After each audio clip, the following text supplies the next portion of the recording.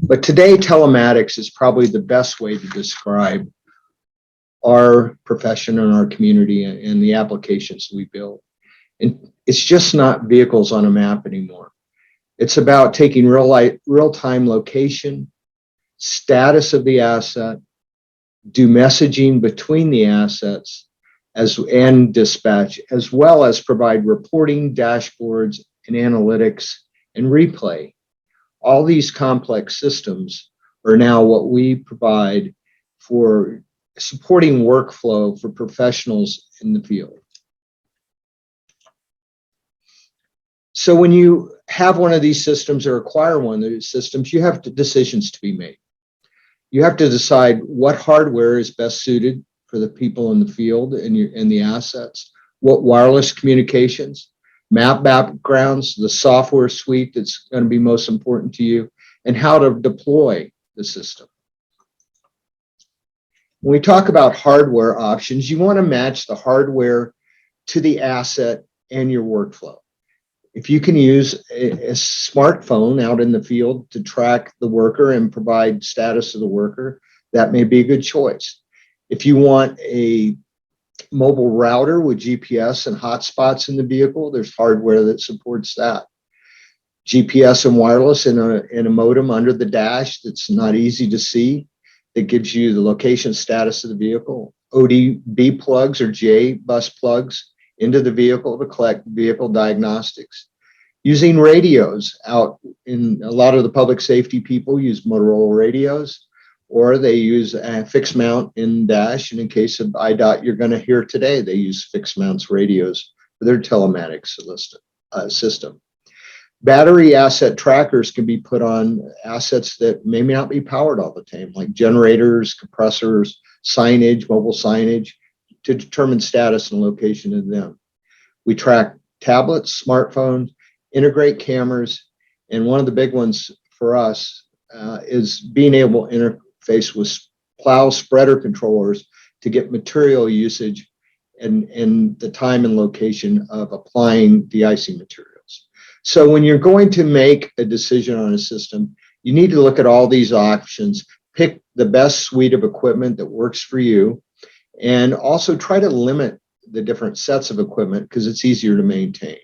But this is a decision that has to be made. And of course, everything you select as hardware may have to be installed. And in the case of a snowplow, as you're going to see today, there are a lot of pieces and parts that have to be put with cables and connections and antennas.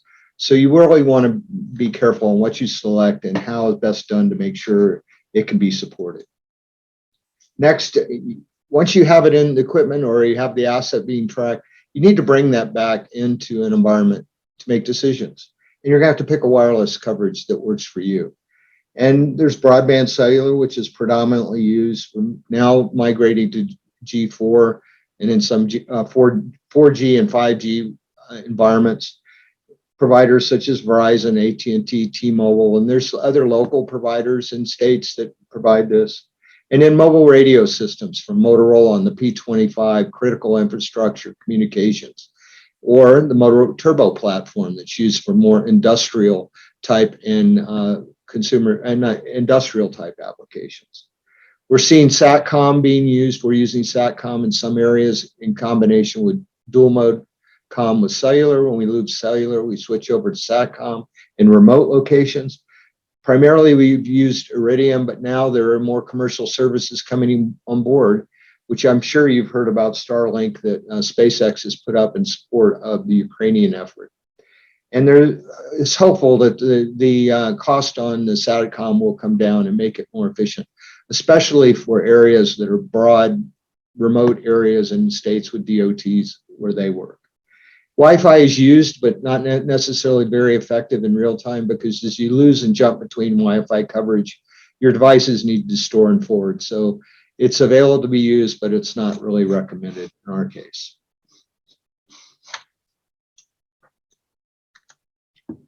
Mapping options. Use the best background map tailored to your workflow. Sources of mapping are off-the-shelf maps that you see from here, TomTom, Google. that are prevalent in your car navigation systems, that are in the background of many of the commercial navigation systems. These folks do a wonderful job of providing base maps and points of interest on those maps that are available. Off-the-shelf imagery from folks like Hexagon, Leica, Maxar can give you a accurate real-world picture in your system of what's going on. One of our preferences is used to ArcGIS Online because we're an Esri-based solution. They offer thousands of map layers that are growing every day, including streaming services for weather and traffic. And our ability, when we have connected systems that are open to the internet that we provide, or systems we host, is to use ArcGIS Online to enable the user to select the map base that works best for them. Other streaming services for Waze and also NOAA for weather are available. The Waze system is interesting and available on ArcGIS Online by committing to an agreement with Waze that you'll share your information that they can post out on things like construction zones and workers and those kind of things. Our favorite, though, is to take customer provided maps, leverage your investment in Esri and GIS and ArcGIS, and combine it with ArcGIS Online maps to make the best possible common operational picture to support your workflow. This is a very, very effective way to enable you to have a good picture in the background of your telematics system. Then we come to the software, and the key to the software is a flexible platform to meet your workflow needs. Again, whether you're doing snow plowing, sweeping, maintaining a water district's networks, doing solid waste pickup, you want to be able to have software that supports and provides the information you want to make you effective. Typically, there's a viewer and a user interface that the user sits at a computer and uses, and then the systems should be able to be configured by the customer as an administrator as well. And that means you can go in and set up individual users, passwords, set up groups, set up geofences, set up background information as an administrator instead of depending on the vendor to do that. I feel that's important. The system typically has reports, reporting, some kind of analytics, whether in dashboards available, so you can tailor the reports to support your evaluation of your work performance. Support for multiple devices with the system is important as well. When you're out, whether it's your desktop, in a vehicle with a laptop, out in the field with a tablet or smartphone, you want to be able to access this information, not just in the office. And with remote work at home that's been going on the last couple of years, the ability to take a laptop home and with a secure internet connection and a password to log in is key to keeping operations flowing. Features that are common in a telematics, location-based telematics system are replay to one asset or a group of assets, geofencing that is preset determined or set up by the administrator, or can be added on the fly by the user on the viewer, breadcrumbs of activity of the assets, and also alerts for things like speeding outside the geofence, plow up, plow down. You can set the alerts in the system, should be important. And one of the broadest sharing opportunities is to take this real-time data and share it out to third-party softwares, such as asset management, other GIS-based solutions, CAD systems, ERP systems. You have the data coming in real time, and to have your software platform offer the connections out to these other systems. And as our friends at Esri likes to say, we're a system of systems. We can share that information, and your solution should as well. So how do we deploy it? Well, a lot of it depends on your IT department and stakeholders' access to the system. You can support cloud-based systems, whether it's through Azure, AWS, or private clouds to enable, and we're seeing a real migration just prior to the pandemic and now of our clients in local and state government moving to the cloud. They don't have the IT resources in time available to support it. They want it to be more of a plug and play environment where they log in, use the system, and come out. And we're seeing that move happen today. We have clients that are security minded and want on-premise solutions. These on-premise solutions are deployed in a secure lockdown environment with no outside access to the internet or intrusion inside their firewall. These facilities are DoD, which does Department of Defense, utilities do not want this many times, and also petrochemical plants that we support do not want anything that could potentially come out and affect their critical infrastructure. The ability to support both of these versus having a CAN-based cloud-only solution, I think, is key for government. And then to have the system, if needed, IA hardened, information assurance hardened, encryption and SOC 2 type certifications, I think is something that's very important. Just remember when you go down the path to get one of these solutions, to bring the IT department and the security people into the conversation early so they help you make good decisions. So this is a lot of where I see things going in the future. We've been doing mobile IoT since the late 90s and before it was called mobile IoT. But mobile Internet of Things is what I like to call it in support of field services, where we're taking location sensor information, passing it into through the internet, through wireless services, and then maybe sharing back out through the internet to folks to do their work. This is growing and getting simpler as time goes on. Edge computing enables you to utilize the cloud, but also put computing structure in a place that helps support a lot of high data and volume processing for analytics. I think we're going to see that grow as the number of assets in the data increases. Containers in Kubernetes is something we're looking at, Esri is looking at for large big data solutions where you may only have one processing system running it, but you have cubes back on the cloud storing multiple different operations or clients in that cloud. We're investigating that. Digital twins, we're hearing a lot about the last few years. I tell you, snow operation screams digital twin.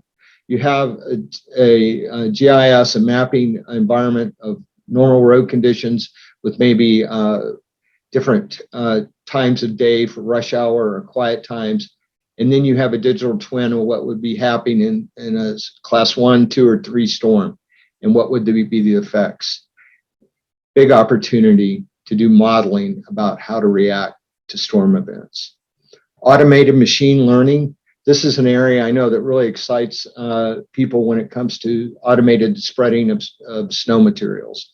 The ability to take weather and pavement information and take the spreading of the materials out of the driver's hand based on location and known slope and infrastructure, and apply the material at a rate that makes sense for different storm classes, or maybe just pure ice storm. This is an area we're going to see as sensors on the plows get better to be supported. Smart sensors and cameras. I think you'll see something today with a road sensor with grips that are being used, and also how cameras are being used to do road conditions and also for driving conditions. We're seeing more of that coming. 4G and 5G wireless are expanding. 5G is going to be more for streaming in cities, but the 4G is what we're seeing a lot used in mobile IoT. SATCOM that we talked about. If the costs get down, it's going to help us a lot in very rural areas of states with DOTs. We're doing tracking and we're stressing or losing wireless coverage. Real-time maps. This is something that's very dear to Esri's heart and to our heart, is that they want the GIS or the user to be upgraded information and infrastructure into the map and have it show up after QA/QC in real time out in the applications that are using the GIS. I see this being a real opportunity to, again, configure the maps to support your workflow with current data. Automated parking, which is bigger in Europe than it is here now, is when you pull into town and pull up an app on your phone, it'll identify parking and navigate you to an open parking space without driving around town looking for it. This could be a great opportunity for snow routes and sweeping routes to determine before the equipment goes out if there are vehicles parked in those locations, send a tow truck out ahead of time and also automate the ticketing of that and clean it up so when the equipment gets there, they got a clean path to work. I see there's an opportunity there. And then plug and play of sensors and also things like snow spreader controllers. I worked on the Clear Roads plug and play initiative to support standardization of spreader controllers and other telematics hardware and interface. It took a few years, but they were able to get it done, and even now have a test bed that can be used by vendors to see if their equipment meets those standards. I think it's a difficult challenge getting multiple spreader controller vendors to open up and standardize their outputs. And as things go on, I think this will happen. The challenge there for also the providers is many of you have multiple spreader controllers at the same agency. I can tell you that there's one agency has 3 versions of the same controller and has to be accounted for. And in a DOT that we're dealing with, they have 2 different controller manufacturers. And being able to take those interfaces and data and pull them all together to give one solution is definitely a challenge. If things were more plug and play, that would help the world build these solutions. This is where I see us headed. And thanks to the efforts of APWA, Clear Roads, our work at CompassCom, and our work at Esri, we're all working to make this type of developments happen. So my final thoughts to leave you with here today is hardware bumping around in mobile environments inherently can fail and can be tampered with, and you need to plan for it. It's just a part of these systems, especially when you have cables and connectors and dealing with de-icing equipment and dealing with rough environments. Just plan on hardware that's consistent and rugged and be able to support it. And the installation of the hardware is key as well to make sure it's done and tested before it's deployed. Wireless connectivity is not a given. We had a customer in a major city that was right in the downtown area, and their shop where they were located had a hole in the wireless coverage.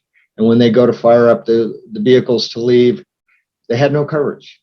So you got to make sure you understand your wireless coverage, whether you're going from areas like Chicago, major metropolitan areas, to rural parts of Illinois, or even dealing with some holes in coverage in major areas. Use a map in the background to support your workflow. If you're doing snow, you want your routes. If you're doing sweeping, you want your routes and know where your fire hydrants are and your dump sites are. If you're working with infrastructure on water utilities, you want that infrastructure in the map. Use accurate and current maps in the background. These systems are not apps. Just by logging into the internet, you get to them. They aren't just vehicles on the map anymore. They are complex systems, and they need to be treated as such. You need close coordination with your provider. It's very difficult for a provider to support you if you don't communicate and tell them when you have issues or what you want going in the future. Make sure that whoever you pick, you do a great job in working together with them.